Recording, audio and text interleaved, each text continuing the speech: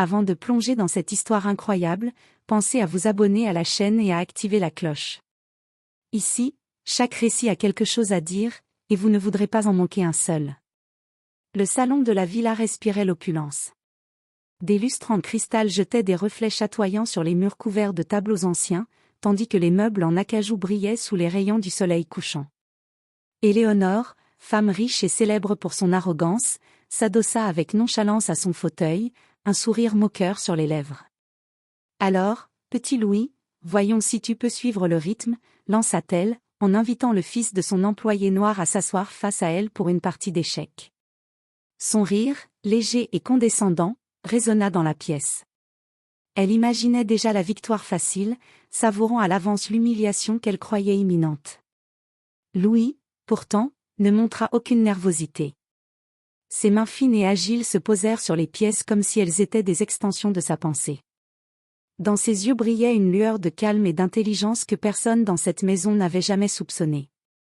Depuis des années, il avait étudié les stratégies des plus grands maîtres, dévoré des livres et analysé des parties légendaires, tout cela en secret, loin des regards moqueurs et des préjugés. Le silence s'installa. Les pièces d'échecs claquaient doucement sur l'échiquier, mais chaque coup était lourd de signification. Éléonore avançait avec confiance, persuadée que l'humiliation de l'enfant ne tarderait pas.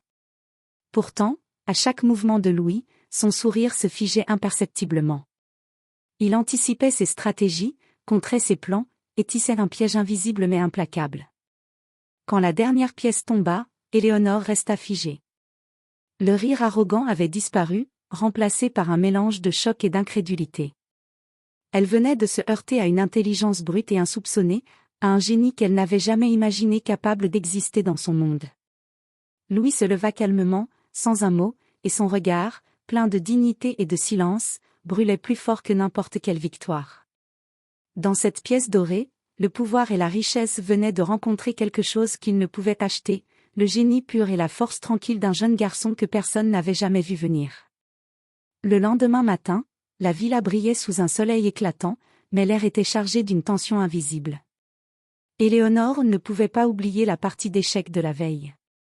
Chaque fois qu'elle repensait au regard calme et pénétrant de Louis, un frisson d'inquiétude traversait son corps. Comment un enfant pouvait-il déjouer toutes ces stratégies, sans effort apparent? Dans la cuisine, Madame Dubois, l'employée de maison, préparait le petit déjeuner. Louis, assis à la table en bois massif, manipulait un échiquier miniature qu'il avait emporté avec lui. Il ne semblait pas se préoccuper de l'arrogance de sa patronne. À 8 ans, il avait appris que l'intelligence silencieuse valait bien plus que les rires et les moqueries des riches. « Maman, pourquoi elle riait autant hier ?» demanda-t-il en plaçant une pièce sur l'échiquier. Madame Dubois soupira, posant une main sur son épaule. « Parce qu'elle ne sait pas ce qu'elle a en face d'elle, mon chéri. Mais ne t'inquiète pas, un jour, elle comprendra. » Louis hocha la tête et reprit son jeu, calculant chaque coup avec une précision que même les adultes envieraient. Pendant ce temps, Éléonore préparait un plan pour le humilier à nouveau. Elle décida d'organiser un tournoi privé d'échecs et d'inviter des amis riches, convaincue que, dans un cadre plus public, elle pourrait enfin montrer sa supériorité. Mais ce qu'elle ignorait, c'était que Louis n'était pas seulement un prodige des échecs. Derrière ses yeux calmes se cachait une intelligence stratégique et une capacité à observer et comprendre les autres avec une acuité rare. Lorsque le moment du tournoi arriva, Louis entra dans la salle sans un mot.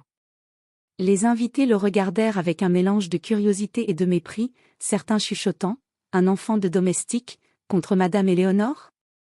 Quelle blague !» Mais dès le premier coup, le silence tomba sur la pièce. Les murmures se transformèrent en stupéfaction. Les pièces glissaient sur l'échiquier selon des schémas si complexes que même les adultes expérimentés restaient bouche bée. Les stratégies d'Éléonore, pourtant minutieusement préparées, étaient systématiquement déjouées, et son arrogance commença à se fissurer. À la fin de la partie, Louis se leva calmement, le regard posé sur la salle entière. Le silence pesait, lourd, et pour la première fois, Éléonore sentit une vague d'humiliation sincère. Elle venait de rencontrer un adversaire qu'elle ne pouvait ni acheter, ni intimider, ni ignorer. Et tandis que le jeune garçon quittait la pièce, Madame Dubois, fière, murmura « Ce n'est que le début, le vrai jeu commence maintenant. » Les jours suivants, la villa fut envahie par une tension nouvelle. Éléonore, incapable de digérer sa défaite publique, observait Louis à chaque mouvement, cherchant un signe de faiblesse qu'elle pourrait exploiter. Mais le garçon restait immuable, concentré, comme s'il lisait dans les pensées de tous ceux qui l'entouraient. Louis, lui, vivait sa vie avec la simplicité d'un enfant, mais avec une maturité rare. Chaque matin, il s'installait dans le salon, réarrangeant son échiquier, notant silencieusement chaque partie qu'il jouait. Il ne se contentait pas de jouer, il analysait, anticipait, comprenait les stratégies humaines derrière chaque mouvement. Un après-midi, Éléonore décida de pousser l'humiliation encore plus loin. Elle invita un célèbre maître d'échecs à venir défier Louis, persuadée que cette fois, personne ne pourrait ignorer sa supériorité. Le salon se remplit d'élites et de curieux, tous impatients de voir l'enfant échouer. Le maître, confiant et légèrement condescendant, se plaça face à Louis. Les pièces commencèrent à bouger, et bientôt, le murmure des spectateurs s'éteignit. Les coups de Louis étaient rapides, précis, presque impossibles à anticiper. Le maître, habitué à dominer ses adversaires, fronça les sourcils. Chaque stratégie qu'il tentait se retournait contre lui, et l'enfant semblait déjà plusieurs coups en avance. Éléonore, assise dans son fauteuil, sentit son arrogance vaciller. Pour la première fois, elle n'était plus au centre de l'attention, toute la pièce admirait silencieusement la supériorité du jeune garçon.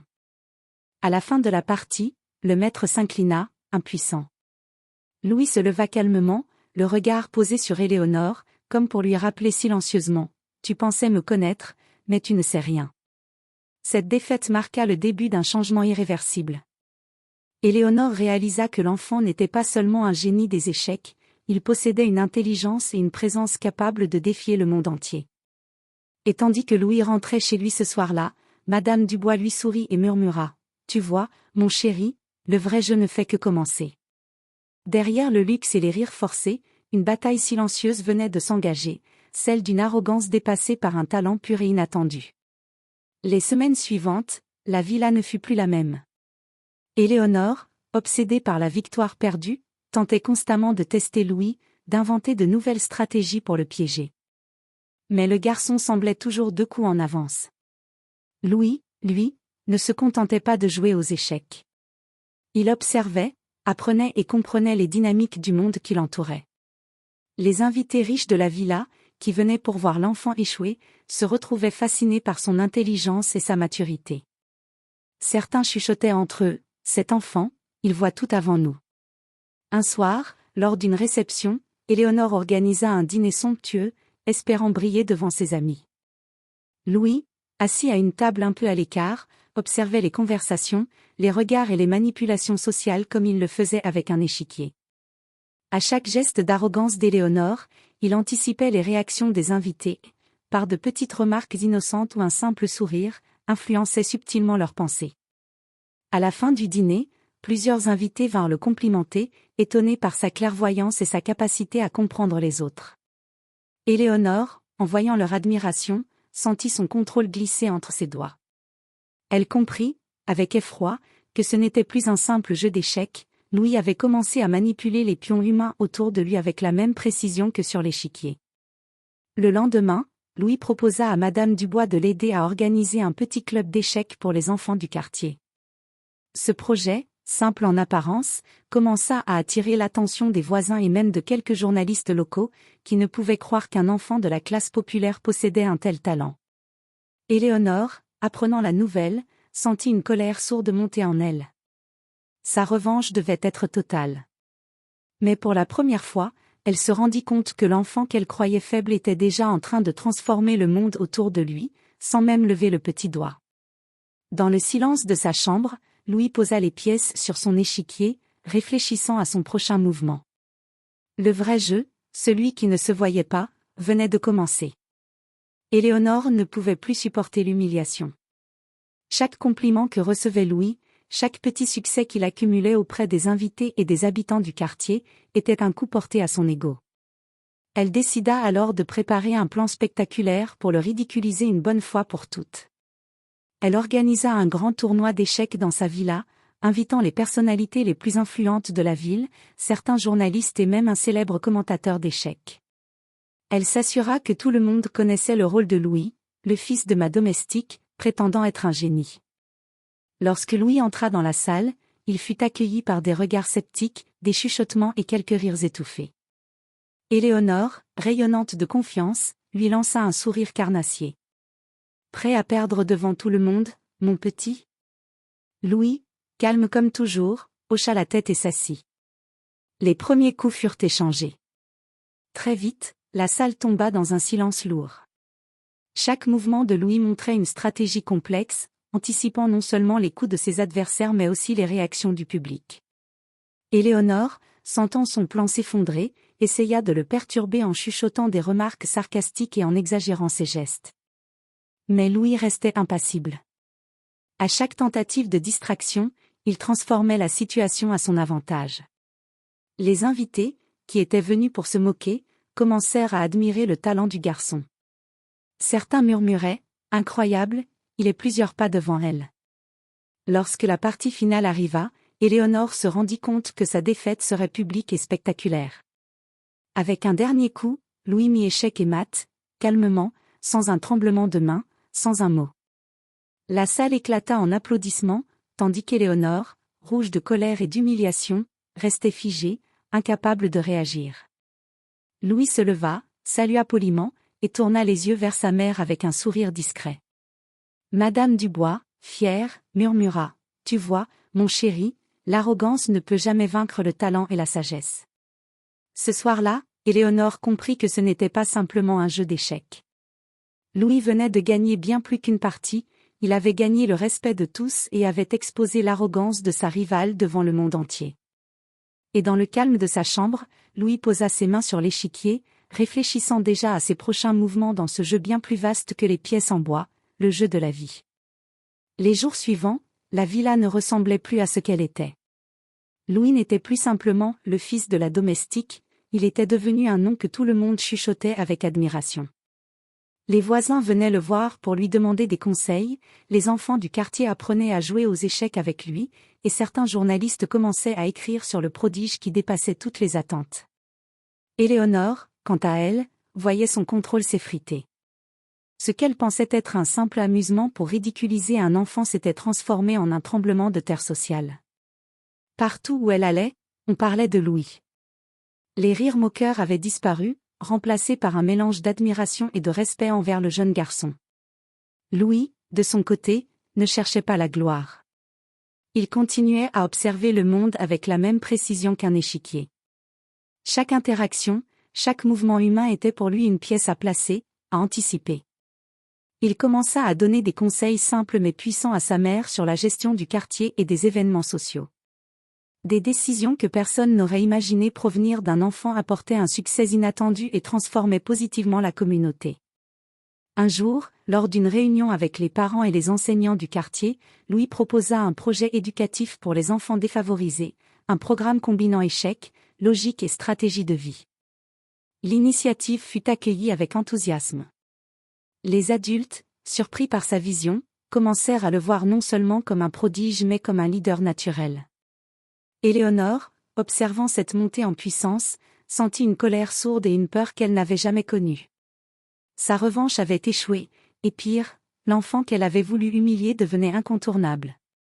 Son arrogance se heurta pour la première fois à une intelligence qu'elle ne pouvait manipuler ni intimider. Ce soir-là, Louis, assis devant son échiquier, réfléchissait à ses prochains mouvements. Il savait que le véritable pouvoir n'était pas dans l'argent ou le luxe, mais dans la capacité à comprendre, anticiper et agir avec sagesse.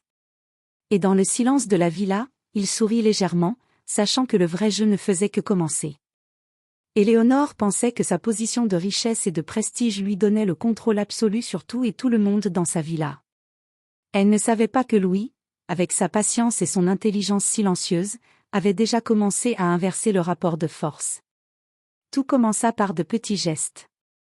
Lors des réceptions, Louis choisissait ses mots avec soin, posait des questions innocentes qui mettaient Éléonore dans des positions embarrassantes, et soulignait subtilement les contradictions de ses discours. Chaque remarque, chaque geste, était calculé, et Éléonore ne se rendait compte de rien avant qu'il soit trop tard. Un soir, lors d'un dîner mondain, elle tenta de ridiculiser Louis devant les invités en soulignant ses origines modestes et en le comparant à des enfants moins brillants.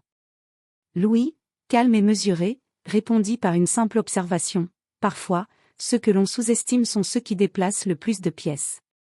Le silence s'abattit sur la salle. Les invités échangèrent des regards admiratifs. Éléonore sentit son visage se crisper, ses tentatives d'humiliation se retournaient contre elle. Les sourires moqueurs qu'elle avait espérés se transformèrent en rires étouffés et en murmures d'admiration pour l'enfant. Au fil des semaines, Louis continua à agir dans l'ombre. Il ne cherchait pas la confrontation directe, mais chaque interaction était une manœuvre subtile, comme un jeu d'échecs grandeur nature. Éléonore, malgré son intelligence, se rendit compte qu'elle ne pouvait plus prévoir ses mouvements. Le contrôle qu'elle croyait absolu glissait entre ses doigts, et avec lui, son autorité sur les invités, les employés et même sur sa propre image publique. Un matin, alors qu'Éléonore observait Louis enseigner des stratégies aux enfants du quartier, elle comprit enfin l'étendue de son génie. Il ne jouait pas seulement aux échecs, il transformait tout autour de lui, façonnait les esprits et les relations à son avantage. Pour la première fois, Éléonore sentit la peur. Le garçon qu'elle avait voulu ridiculiser était devenu une force qu'elle ne pouvait ni acheter, ni intimider, ni ignorer. Et dans le silence de la villa, Louis souriait doucement, sachant que la partie réelle ne faisait que commencer, celle où le pouvoir et l'arrogance allaient être mis à nu face à son intelligence et sa sagesse. Éléonore, frustrée et humiliée, ne cessait de chercher un moyen de reprendre le contrôle. Elle organisa un gala somptueux, invitant les personnalités les plus influentes de la ville, dans l'espoir de montrer publiquement que Louis n'était qu'un enfant ordinaire. Elle avait prévu chaque détail, les discours, les rires attendus, les regards de pitié, tout pour ridiculiser le garçon. Mais Louis, calme comme toujours, avait déjà anticipé ce mouvement. Il avait passé des jours à observer les comportements de chacun, à comprendre les faiblesses et les attentes des invités. Son plan ne consistait pas à jouer une partie d'échecs, mais à orchestrer une révélation spectaculaire qui changerait la perception de tous. Au moment crucial, alors qu'Éléonore prenait la parole pour introduire Louis et le présenter comme « l'enfant prétentieux de ma domestique », le garçon se leva. Il marcha jusqu'au centre de la salle, silencieux, et posa un petit coffret devant elle. La curiosité des invités fut immédiate.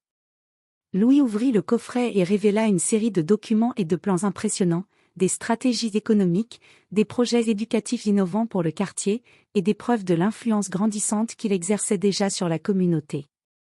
Chaque idée était brillante, chaque projet parfaitement pensé. Les invités, stupéfaits, se tournèrent vers Éléonore.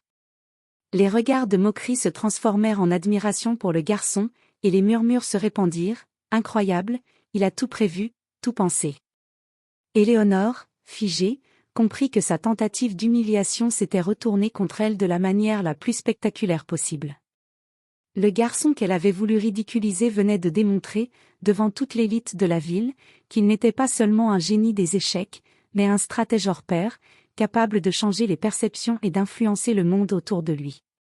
Louis, d'un geste calme, referma le coffret et fixa Éléonore droit dans les yeux. Aucun mot n'était nécessaire, la partie était terminée. La richesse et l'arrogance avaient été surpassées par l'intelligence, la sagesse et la maîtrise silencieuse d'un enfant que personne n'avait pris au sérieux. Ce soir-là, le monde d'Éléonore bascula. Elle avait cru tenir les rênes, mais Louis venait de montrer que le vrai pouvoir ne se mesure pas à l'argent ou au titre, mais à la vision, à l'intelligence et à la capacité de transformer chaque mouvement en victoire. Et dans le silence admiratif de la salle, Louis sourit, prêt à continuer le véritable jeu, celui où son génie allait désormais toucher tout le quartier, toute la ville, et peut-être bien au-delà. Dans les semaines qui suivirent le gala, Louis ne chercha pas à profiter de sa gloire. Au contraire, il se concentra sur ce qui comptait vraiment, transformer son quartier et aider ceux qui, comme lui, n'avaient jamais eu de chances égales. Avec l'aide de sa mère, il lança son programme éducatif combinant échecs, logique, leadership et stratégie de vie. Rapidement, les enfants affluèrent. Certains étaient timides, d'autres sceptiques, mais tous furent fascinés par la patience, la clairvoyance et le charisme tranquille de Louis. Chaque leçon n'était pas seulement un apprentissage du jeu d'échecs, c'était une leçon de vie, une manière de comprendre le monde, de prévoir les mouvements des autres et de développer leur propre intelligence stratégique. Les parents et les habitants du quartier furent étonnés de voir les progrès rapides des enfants. Des petits qui avaient du mal à se concentrer se mirent à anticiper, à planifier, à réfléchir. Les plus âgés commencèrent à demander des conseils pour améliorer leur vie professionnelle ou personnelle. Louis devenait un catalyseur de changement, et sa réputation dépassait maintenant les limites de la villa et du quartier. Éléonore, qui continuait à fréquenter la haute société, vit son influence diminuer. Les invités qu'il avait autrefois admirés chuchotaient maintenant sur Louis, ce garçon, il transforme tout autour de lui. Les projets et initiatives qu'elle imaginait contrôler lui échappaient complètement. Elle tenta encore d'organiser des événements pour briller, mais elle ne pouvait rivaliser avec la véritable intelligence et le charisme du jeune garçon. Un soir, alors qu'elle observait Louis donner une leçon à plusieurs enfants dans le jardin de la villa, Éléonore réalisa enfin la portée de ce qu'elle avait sous-estimé. Ce n'était pas un simple prodige, c'était un visionnaire, capable de changer la perception des autres et de remodeler la société autour de lui. Son arrogance, son argent et son prestige ne suffisaient plus, le véritable pouvoir appartenait à Louis. Dans le calme de la nuit, alors que les lumières du quartier s'éteignaient, Louis posa une dernière pièce sur son échiquier miniature, un sourire discret sur les lèvres. Le jeu ne faisait que commencer, et cette fois, il ne se limitait plus à une villa ou à un tournoi, il s'agissait de changer le monde entier, une pièce à la fois. Éléonore, humiliée et frustrée par la montée en puissance de Louis, décida de frapper fort une dernière fois. Elle organisa une soirée somptueuse, invitant toutes les personnalités influentes de la ville et des journalistes, dans l'espoir de mettre Louis en difficulté et de restaurer son image. Elle prépara son discours avec soin, prévoyant de souligner l'arrogance d'un enfant prétentieux, et de rappeler à tous qu'elle détenait richesse et pouvoir. Mais ce qu'Éléonore ignorait, c'est que Louis avait anticipé chaque détail. Depuis des semaines, il travaillait en silence, préparant un plan qui allait exposer la vanité et l'arrogance de sa rivale de manière irréfutable. Lorsque la soirée débuta, Éléonore se sentit confiante. Les invités riaient de façon feinte, attendant la chute du garçon. Louis entra calmement, salua chaque invité avec un sourire mesuré, et s'installa au centre de l'attention. À un moment précis, il présenta un projet communautaire révolutionnaire, un réseau d'éducation, de mentorat et de soutien pour les jeunes de quartiers défavorisés, combinant stratégie, logique et leadership. Les documents qu'il dévoila montraient non seulement la portée du projet, mais aussi la manière dont il avait déjà commencé à transformer la vie de centaines de familles. Les invités, médusés, se tournèrent vers Éléonore. Son plan d'humiliation se retournait contre elle de manière éclatante, tout le monde admirait désormais Louis et voyait Éléonore pour ce qu'elle était, arrogante, dépassée et incapable de comprendre ce véritable génie. Éléonore tenta de parler, de reprendre le contrôle, mais ses mots restèrent suspendus dans l'air. Louis s'approcha d'elle avec calme, et sans arrogance, dit simplement, « Vous avez cru que l'argent et le prestige suffisaient. Mais le vrai pouvoir vient de la vision, de l'intelligence et de l'action. » Le silence qui suivit fut écrasant. Éléonore, figée, comprit enfin que sa revanche avait échoué définitivement. Le monde qu'elle croyait contrôler lui échappait maintenant complètement, et l'enfant qu'elle avait voulu humilier avait démontré sa supériorité de manière éclatante et irréversible. Cette soirée marqua la fin du règne d'Éléonore sur les regards et les jugements. Louis, lui, continuait son œuvre, prêt à transformer non seulement son quartier, mais bientôt toute la ville, avec la même précision et le même calme qu'il mettait sur son échiquier. Quelques mois plus tard, le quartier autrefois modeste de Louis était méconnaissable. Les enfants jouaient aux échecs dans des ateliers lumineux, leurs visages éclairés par la fierté et la concentration. Les familles voyaient leur quotidien transformé, et les habitants respectaient Louis non seulement comme un prodige, mais comme un leader discret et visionnaire. Éléonore, quant à elle, voyait son influence fondre comme neige au soleil. Ses soirées mondaines étaient désormais vides de l'admiration qu'elle avait toujours connue. Partout où elle allait, on parlait du génie de Louis, de son intelligence, de son charisme et de sa capacité à transformer des vies. Elle était devenue l'ombre de sa propre arrogance, incapable de rivaliser avec un enfant qu'elle avait cru insignifiant. Un après-midi, Louis s'assit devant son échiquier, comme il le faisait depuis toujours. Chaque pièce représentait désormais quelque chose de plus grand que lui, un enfant qui apprend à penser, une famille qui retrouve l'espoir, une communauté qui gagne confiance en elle. Il plaça ses pièces avec calme, le sourire aux lèvres, sachant que la vraie partie ne se jouait pas dans une villa ou un tournoi, mais dans la vie réelle, où chaque mouvement pouvait changer l'avenir. Éléonore entra dans la pièce, silencieuse. Elle observa Louis sans un mot, consciente que toute tentative de domination ou de revanche serait inutile. Le garçon qu'elle avait voulu humilier était devenu intouchable, non pas grâce à la force ou à l'argent, mais grâce à son génie, sa patience et sa vision. Louis leva les yeux vers elle, et dans ce simple regard se lisait un message clair. La véritable puissance ne se mesure pas à la richesse ou à l'arrogance, mais à la capacité d'inspirer, d'agir et de transformer le monde autour de soi. Et tandis que la lumière du soleil traversait la fenêtre, illuminant l'échiquier et les pièces soigneusement placées, Louis sut que la partie la plus importante venait à peine de commencer. Il n'avait pas seulement gagné contre Éléonore, il venait de gagner le droit de changer la vie de milliers de personnes, avec la même précision, la même intelligence et la même sagesse qu'il avait toujours eue. Le génie silencieux avait triomphé.